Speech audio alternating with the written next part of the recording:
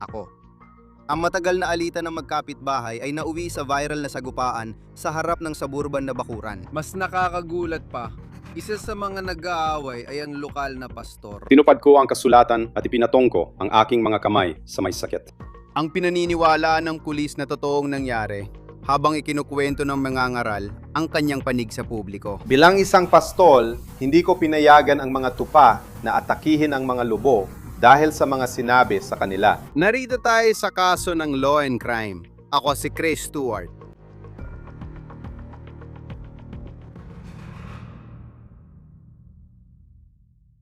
Kapag iniisip mo ang isang pastor ng simbahan, sila ay itinuturing na napakahalagang miyembro sa buhay ng maraming tao at sa maraming komunidad. Isang espiritual na gabay mula sa altar, isang taong gumagawa ng mga gawaing kawanggawa sa inyong lokal na komunidad, at isang taong nangungguna sa pamamagitan ng halimbawa para sa susunod na henerasyon ng mga tagasunod. Pero ang huling lugar na inaasahan nung makita ang pastor ng inyong bayan ay sa harap ng bakuran ng kanyang kapitbahay na tila nakikipagbugbugan. Ayon sa mga ulat, hindi ito hiwalay na insidente at matagal na rin daw inaasahan. Malinaw na marami pa tayong dapat himayin. Gaya na nakita ninyo, marami ring sinabi ang mangang-aral tungkol sa di umano'y insidente sa kanyang kongregasyon at sa media. Pero may mga ulat din tayo mula mismo sa mga awtoridad na nagpapaliwanag kung ano ang tingin nila ang nangyari. Dahil naharap na ngayon sa kasong kriminal ang pastor. Kaya talakay natin ito. Sino nga bang pastor na ito? Ang pangalan niya ay Tony Spell. Ayon sa tagapagsalita sa Louisiana, si Tony Spell, 48 ay punong pastor ng Life Tabernacle Church sa Baton Rouge mula 2000. kaya halos 2 dekada na siyang naglilingkod sa altar ng simbahan na iyon. Malaki rin ang komunidad at mga tagasunod ng simbahan. May 18,000 silang tagasunod sa Facebook kung saan araw-araw silang nagpo-post ng sermon para sa digital na manonood. Tulad ng nakita mo, tinalakay ni Pastor Spell ang pagtatalong ito sa isa sa kanyang sermon na yung linggo. Para sa isang kilalang tao sa Baton Rouge, hindi mo siya masisisi kung nais niyang itama ang maling akala. Malalaman natin ang panig ni Pastor Spell mamaya. Pero may ibang panig sa kwentong ito na dapat bintuklasin. Kasama na dyan ang iniulat ng umano'y biktima at ang mga nakalap ng pulisya. Ito raw ang sinabi ng biktima kapitbahay ni Pastor Spell na 20 anyo sa pulisya tungkol sa insidente noong Hunyo 23. Ngayon, ito ay direktang galing sa probable cause affidavit ng East Baton Rouge Sheriff's Office. Sinabi ng biktima na nakatayo siya sa harap ng tirahan niya nang makita niya ang akusado sa kabila ng kalsada sa Life Tabernacle Church. Sinabi ng biktima na sumigaw siya sa akusado. Blip sa'yo. At yun na yun. Sinabi ng biktima na nagsimulang tumawid ang akusado sa kalsada papunta sa kanyang ari-arian at sinimulan siyang bugbugin. Ayon sa biktima, napayuko siya sa lupa habang patuloy siyang sinuntok na akusado. Tumigil lamang ang akusado nang tumayo ang biktima. Ayon sa biktima, bumalik ang akusado sa simbahan habang kinakausap niya ang mga saksi tungkol sa insidente. Bukod sa sinumpaang salaysay, mas detalyado ring tinalakay ng pamilya ng biktima ang sitwasyon sa lokal na media. Pag-uusapan pa natin yon dito mamaya. Gusto kong ipagpatuloy ang ulat ng pulisya kung saan inilarawan ng opisyal ang nakita nila sa video na ebidensya. Quote, napansin ng afiyan sa cellphone ng biktima na tinanong ng biktima ang akusado, Anong gagawin mo? Habang nakitang tumatawid sa kalsada ang akusado, napansin na nilapitan ng akusado ang biktima habang sumisigaw ng tulong ang biktima. At sa oras na yon, ay mukhang nagsimula na ang away. Napansin ng afiyan mula sa mga kamera sa bahay ng biktima na nag-aaway ang akusado at ang biktima sa gilid ng kalsada, sa damuhan sa tabi ng shoulder. Ngayon, kapag tiningnan mo ang footage ng iniulat na alitan na ito, mukhang naging matindi talaga. At ayon sa pulisya, di umani nagdulot si Spell ng matinding pinsala. ayon sa ulat na magang itaas at ilalim ng kanang mata ng biktima, may dugo sa ilong, galos sa noo at kaliwang kilay, at hiwa sa ilalim ng baba niya. Ayon sa EMS, mukhang nabali ang buto sa paligid ng kanang mata ng biktima at kailangan niyang tahiin sa ilalim ng kanyang baba. Ayon sa pulisya, nilapitan si Pastor Spell ng mga opisyal sa Life Tabernacle Church at tumanggi siyang magbigay ng pahayag kung wala ang kanyang abogado. Nang gumating ang kanyang abogado sa simbahan, Sinabi nila sa mga opisyal na walang pahayag na ibibigay at ituloy na lang ang proseso ng booking. Kinasuhan si Pastor Spell ng second-degree battery at ikinulong sa East Baton Rouge Sheriff's Office na may 25,000 piyansa na agad niyang naipost noong araw din yon. Kaya kapag tiningnan mo ito sa unang tingin, napakaraming tanong ang pumapasok dito. Pinakamahalaga, ano kayang posibleng nagtulak sa isang lokal na pastor, isang taong reliyoso, para umano ay pisikal na atakihin ang kanyang batang kapitbahay? Maraming magsasabi na hindi ito karaniwan sa isang nagsisermon. Pero may sarili siyang panig sa kwento na tatalakayin natin mamaya. Ayon sa mga dokumento ng pulisya at affidavit, ginamit ni Pastor Spell ang kanyang karapatang manahimik ng tanungin ng mga pulis. Sa kabila ng inaasahan, ibang ginawa niya pagkalaya. Hayagan niyang hinarap ang insidente sa press conference sa sarili niyang simbahan kinabukasan. Kaya narito ang kanyang sinasabing mga nangyari bago ang komprontasyon. Bandang alas 9 ng umaga. Nasa labas ako sa paradahan ng simbahan. Doon, may inayos ako sa isa sa mga Sunday school bus namin. Marami kaming bus. May ilang tao kami na nagme-maintenance ng bus. Pinalitan ko ang mga baterya ng bus number 48. Ibig sabihin, patay na ang mga baterya. Naglalagay ako ng bagong mga baterya sa bus. Habang nagtatrabaho ako sa ating mga bus, may isang lalaki sa kabila ng kalsada na naglalakad pabalik-balik sa gilid ng kalsada na parallel sa bus. Na mga 100 yarda sa timog ko ngayon o 100 yarda sa silangan ko. Habang pabalik-balik sa gilid ng kalsada ang taong ito, sumisigaw siya ng mga bastos, malaswang salita at napakapangit na mga salita patungkol sa akin. At habang nagtatrabaho ako sa particular na bus na ito, sinabi niya, Tony, inuulit ko lang ang sinabi niya. Sinabi niya, Tony, re-rapin ko ang asawa mo.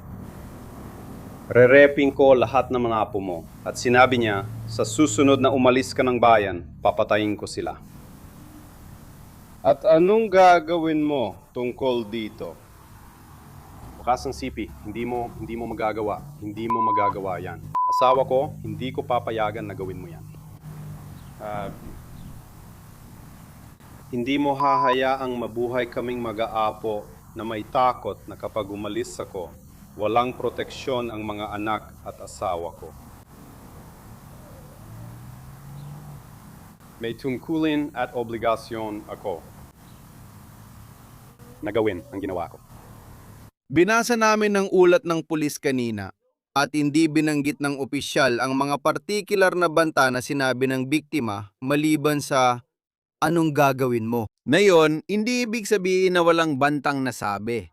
Pero wala pa tayong ibang saksi na sumusuporta sa mga pahayag na yon. Gayunpaman, kung totoo nga ito, mabigat na mga bantang mga iyon laban sa pamilya ng isang tao. Gusto kong ituloy ito sa press conference dahil may bagong detalye raw na ibinunyag si Pastor Spell. Ilang taon na itong nangyayari. May mga saksi sa likod ko na maaring magpatunay sa mga sinabi. Mayroon silang video. Nagreklamo na sila ng maraming beses sa pulisya at sa departamento ng sheriff. Ang aming simbahan ay kumakatawan sa 27 nasyonalidad. Lahat ng nasyonalidad na dumadayo sa simbahang ito ay naghahanap ng ligtas na kanlungan at lugar ng pagsamba. Maraming gumagaling na adek ang pumupunta rito para sumamba. Palagi silang sinusundan ng mga taong ito sa kabila ng kalye. Palagi silang tinatakot ng mga banta ng pananakit. Walang kahit sinong pumunta sa simbahang ito na nakatayo sa likod ko, sa pulong na ito ngayon na hindi tinawag gamit ang mga panlight na may bahid ng lahi, gaya ng salitang. Ang mga anak nila ay sinigawan at minura ng masasamang salita. Bilang isang pastol, hindi ko pinayagan ang mga tupa na atakihin ang mga lubo dahil sa mga sinabi sa kanila. Sabi ni Pastor Spell, ang insidente ay tila bahagi lang ng matagal na nilang alitan ng mga kapitbahay na matagal na raw silang binabantaan at minumura pati ang pamilya at kongregasyon niya. Ayon sa East Baton Rouge Sheriff's Office, wala silang natanggap na ulat ng anumang banta, pasalita man o iba pa, kaugnay ng formal na reklamo ng ibang saksi. Naglabas ang Central Police Department ng incident report noong Mayo 27 na isinampa ng asawa ni Pastor Spell na naglalarawan ng 2 insidente kaugnay ng kanilang 20 taong gulang na kapitbahay. Ang unang insidente ay umanay naganap noong ika-4 ng Marso, bandang 28 ng umaga. Palabas siya ng driveway papuntang silangan sa kanilang kalsada, habang ang anak ng kapitbahay nilang nakatira rin dun ay nasa labas. Ayon sa kanya, minura siya nito gamit ang daliri, saka sumakay sa truck at sinundan siya ng malapit habang papalapit siya sa kanan na likuan. At sinabi niya na huminto ito sa tabi niya sa isang pulang ilaw. Pagkatapos ay ibinaba ng suspect ang kanyang bintana at nagsimulang sumigaw ng mga mura at umasta na parang bababa siya mula sa kanyang berdeng truck. Sabi ni Ginang Spells, mabilis siyang umabante dahil natakot siyang lapitan siya. Hindi niya ito iniulat sa pulis. Ngayon, sa parehong reklamo, sinabi ng asawa ni Pastor Spells na isang katulad na insidente ang nangyari. Ilang araw lang ang lumipas nung Marso. 8, pero sa pagkakataong ito ay kasama na niya ang kanyang asawa. Ayon sa kanya, palabas sila ng silangan ng paradaan ng simbahan at bahay nila nang makita nila ang anak ng kapitbahay na nakatayo sa driveway. Minumura at tinahawakan ng harapan nito. Ginawa na niya ito noon pa. Maya-maya, nagmamaneho sila ng kanyang asawa papunta sa bangko sa Sullivan Road. Patungong timog nang mapansin nilang mabilis na lumalapit sa likod nila ang berdeng truck ng suspect. Biglang lumiko ang suspect pakanan para lampasan sila at tila pumasok sa kanilang linya. Tumawid ang suspect sa harap nila, tinawid ang 3 linya, at kumaliwa sa isang kalsada. Muntik mabangga ang sasakyan nila. Batay sa ulat ng Central Police Department, may formal na reklamo mula sa asawa ni Spell simula pa Marso, kaya 3 buwan na ang nakalipas. At sinasabi rin sa ulat na pamilyar ang hepe ng Central Police sa parehong pamilya.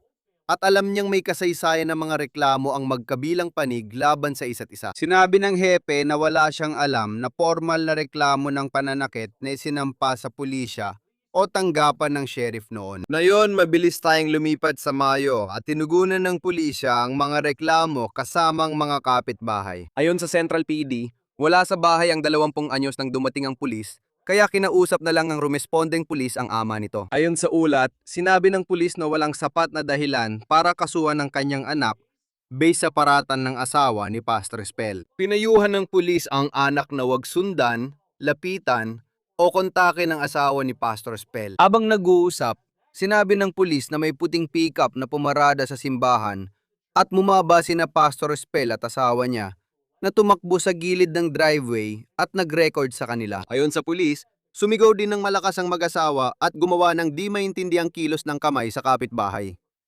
Ito ang sunod na nangyari ayon sa ulat. Ayon sa ulat, biglang nagmura ang kapitbahay, hinawakan ng harapan, at gumawa ng kilos ng kamay patungo kina Pastor Spell at sa asawa niya. Nagpatuloy ang palitan ng sigawan sa magkabilang panig ng ilang segundo. Sumigaw ang pulis sa kalsada at inutusan si Pastor Spell na bumalik sa truck at itigil ang kanyang ginagawa. Pinagsabihan din ng pulis ang kapitbahay na kumalma at tigilan ng pagkumpas ng kamay patungo kay Pastor Spell. Matapos ang paulit-ulit na sigawan, bumalik sa truck sina Pastor Spell at ang kanyang asawa.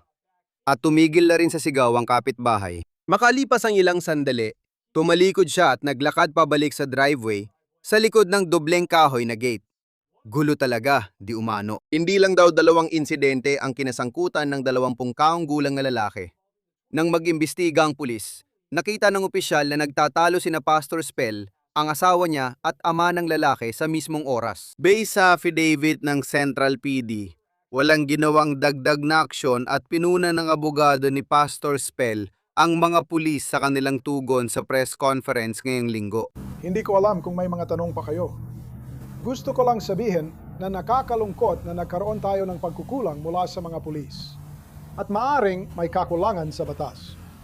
Maaring pinapayagan lang talaga na may sumigaw na mga bastos na salita, hawakan ang sarili nilang mga masaselang bahagi ng katawan at madlantad ng sarili sa iyo at magbanta ng panggagahasa o pananakit o kahit pumatay ng tao. Baka legal lang talaga iyon. Alam ng Diyos na madalas na nagreklamo ang mga kawawang tao dito. Sinubukan naming makipagpulong. Mukhang huli na ang pagpupulong. Sasabihin ko sa inyo na bawat tao ay may hangganan at nakakalungkot kapag napilitan kang umabot sa puntong iyon. Talagang nakakalungkot para sa isang pastor, isang taong naglilingkod sa simbahan. At gusto ko lang sabihin sa inyo, ito ay talagang pagkukulang ng mga batas at ng ating mga tagapagpatupad ng batas sa pagpapanatili ng kapayapaan. Gayunpaman, sinasabing nagsimula pa noong 2020 ang kontrobersya ni Pastor Espel at alitan nila ng kapitbahay mas matagal pa kaysa Marso. Noong taong yon, iniulat ng advocate na naharap siya sa ilang kasong kriminal dahil nagdaos siya ng mga serbisyo sa simbahan sa kabila ng mga kautusang pang-emerhensya ng gobyerno kaugnay ng COVID-19. Ang desisyon niyang ituloy ang malalaking serbisyong panrelihiyon ay nagdulot din ng pagtitipon ng mga nagpoprotesta. At iniulat ng advocate na si Pastor Spell ay kinasuhan ng aggravated assault habil umano sa pag-atras ng isang bus ng simbahan patungo sa isang nagpoprotesta. Iniulat ng advocate na nagsampa si Pastor Spell ng civil rights lawsuit laban sa mga opisyal ng Estado at lokal na pamahalaan dahil sa banta at panliligalig na natanggap niya kaugnay ng pagpapatuloy ng mga pagtitipon sa simbahan. Kasama rin umano sa kaso ang mga paratang laban sa kanyang mga kapitbahay. Sinabi ni Pastor Spell na naglagay ng security camera ang mga kapitbahay nila para bantayan siya at ang simbahan na umano'y sabwatan kasama ang lokal na autoridad. Hindi pa inilalabas sa publiko ang resulta ng kasong yon. Ngunit lahat ng kasong kriminal ni Pastor Spell noong 2020 ay tuluyang ibinasura. Ngayon, malinaw na makikita natin na may naitalang kasaysayan dito sa pagitan ng mga Spell at ng kanilang mga kapitbahay na umaabot ng hindi bababa sa 6 na taon. Ngayon, pag-usapan natin ang kasalukuyan. Napanood natin ang video ng pisikal na alitan na yon. Narinig natin ang panig ng biktima sa pulis. Narinig din natin ang bersyon ni Pastor Spell ng mga pangyayaring ibinahagi niya sa publiko. Iniulat ng WBUR na nakausap nila ang mga kapitbahay ni Pastor Spell matapos ang insidente. At itinanggi ng mga ito ang mga sinabi ni Spell tungkol sa banta at panliligalig. Ayon sa ulat, sinabi ng pamilya na may kaugnayan ito sa kamakailang pagtatapos ng kanilang legal na laban tungkol sa COVID-19. Ayon sa WBRZ, sinabi ng pamilya at ito ay CP, ang pastor na ito ay isang siga na nagagalit kapag hindi niya nakukuha ang gusto niya. Ngayon, gaya ng sinabi namin kanina, hindi pa namin nakukumpirma kung ano ang naging resulta ng kanilang legal na laban. Pero mapapaisip ka talaga kung ano ang nangyari, kung sinasabi ng mga kapitbahay na ginagamit ito ni Pastor Spell para maglabas ng galit. Ito na ang mangyayari kay Pastor Spell. Kinasuhan siya ng second degree battery, gaya ng nabanggit kanina. Maaaring makulong siya ng hanggang 8 taon at magmulta ng hanggang $2,000. Babalik siya sa korte sa Setyembre. Tungkol sa mga kaso laban sa kapitbahay, nagbigay ng opinyon ng abogado ni Pastor Spell sa press conference. Narinig kong tinatawanan ng tawag na domestic terrorism. Pwede ba akong magsalita? Naniniwala akong dahil laban ito sa simbahan, gawa ito ng galit at masamang hangarin. Patuloy din ang kanilang panghaharas. Para sa akin, pasok ito sa domestic terrorism. Maaring hindi pa ito terorismo noong unang inaaway si Pastor Spell. Pero siguradong terorismo na kapag paulit-ulit bumabalik ang mga taong ito sa simbahan. At alam mo, kaya sa tingin ko, seryosong issue ito. Sa palagay ko, kailangan itong imbestigahan. Ngayon, wala pang kumpirmadong kaso laban sa mga kapitbahay na yon. Samantala, habang umusad ang kaso ni Pastor Spell, sinabing ginamit niyang sitwasyon bilang espiritual na halimbawa para sa kanyang kongregasyon. Sa aking pangalan, magpapatong sila ng kamay sa mga may sakit. At sila'y gagaling. Kaya ngayon, kapatid Merit at lahat kayo, tinupad ko ang kasulatan at nagpatong ng kamay sa may sakit. Di ko alam gaano kalaki ang paggaling nila, pero nagpatong ako ng kamay sa may sakit.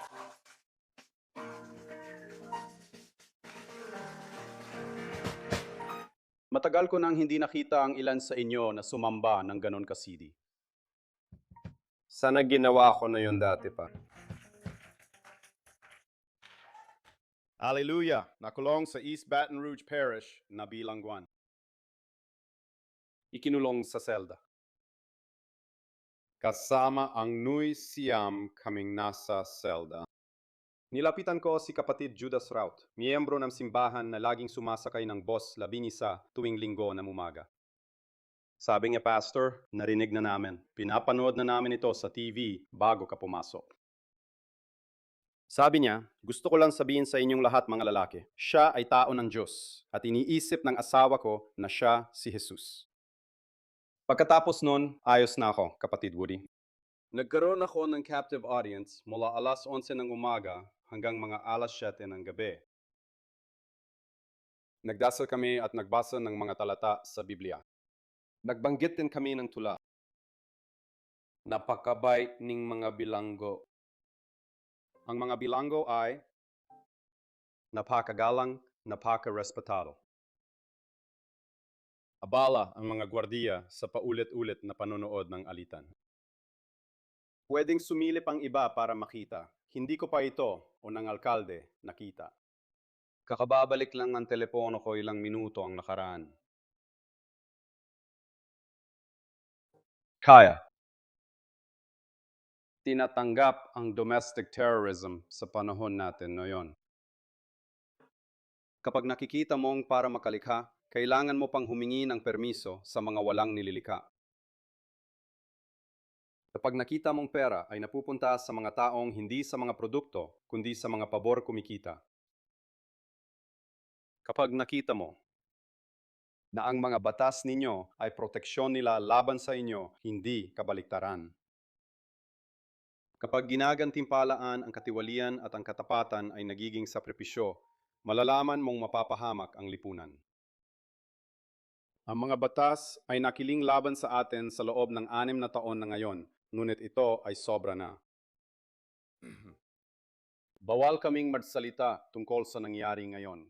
Nagpapasalamat ako sa Diyos sa simbahan na sumusuporta sa pastor. Salamat sa Diyos sa iyong tiwala. Iyan na po ang pagtatapos ng On The Case mula sa Law and Crime.